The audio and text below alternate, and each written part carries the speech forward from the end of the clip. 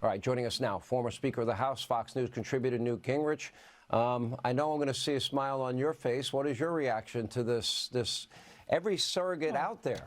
Bill Clinton, Mark Cuban, Stacey Abrams, Barack Obama, Michelle Obama, and Joe Biden, not exactly helpful.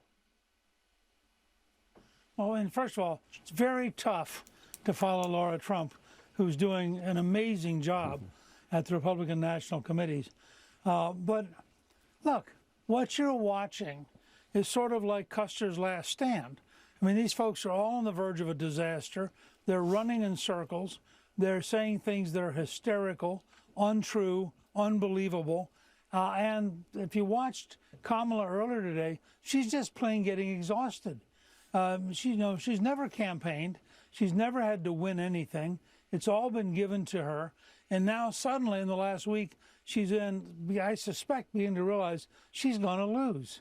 And you're going to see more and more desperation from now through next Tuesday as it really sinks in that this is over.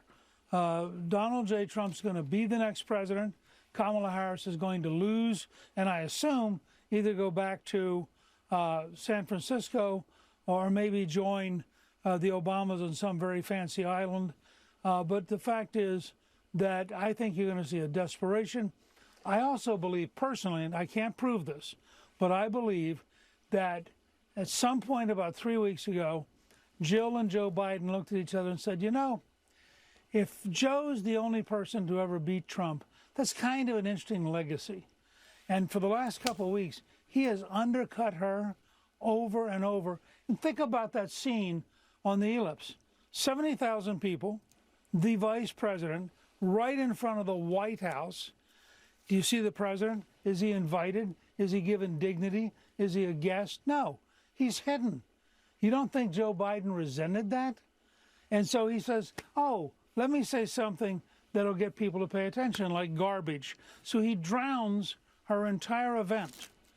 And we think that he did this by accident? I don't. I think it was deliberate, and I think it worked.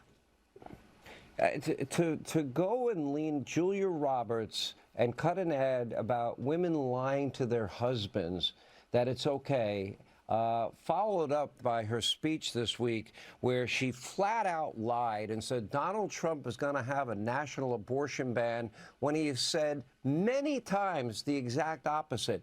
He's going to limit access to birth control. The exact opposite is true, that he doesn't support, he'll stop IVF treatment. The exact opposite is true.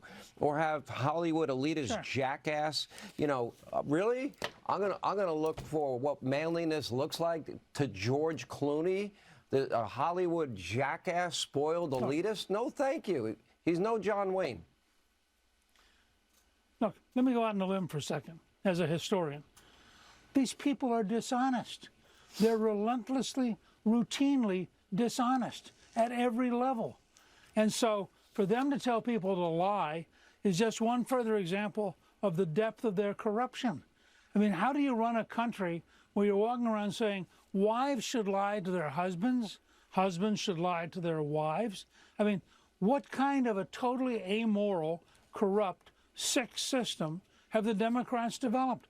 If you think about it at that level, it is astonishing, the decay. And this is what, frankly, why Robert F. Kennedy Jr. switched parties, but didn't switch parties, but was campaigning Sunday with Donald Trump, because the party of John F. Kennedy, the party of Robert Kennedy, it's gone. I mean, instead of having dignity and patriotism and a sense of morality, these are really sick people. And the more you watch them, to say, oh, why don't you lie to your husband as a publicly advocated ad, that is sick. Oh. And I think we ought to have the courage to say this is a sick, dishonest party. To demonize and denigrate African Americans the way Stacey Abrams and Barack Obama, I thought they wanted African American men to vote for them. Okay. Insulting them is not the best strategy, in my view.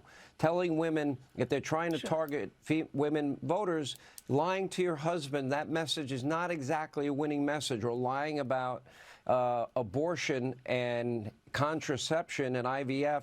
you know, it's all to scare them, which tells me they must be scared that their internal numbers show that they're not doing as well as they want with those particular demographics, considering they're the identity politics party. Look, let me just pose a simple question that I hope some reporter will ask Stacey Abrams, who's never gotten over, by the way, losing and has lost, and it's over. Talk about election deniers. How can she say the young black men who vote for Trump are racist? I just want to understand. How do you say to a young black male, you're a racist? I have no idea what she's saying, except that she's learned a set of code words, and she thinks if she repeats them like pablum, that somehow they'll have meaning. I mean, it's a little bit like watching some Walt Disney film about a wizard or something. You know, how can you be a young black male and be a racist? This is just Stacey Abrams personifying the collapse and the insanity of the modern Democratic Party. You're giving her a break. She also said that African-American men are sexist. She said both, so let's be clear. I didn't say they couldn't be Speaker sexist, but they sure can't be racist. I have no clue. I don't think she has a clue what she's saying. I appreciate you being with us.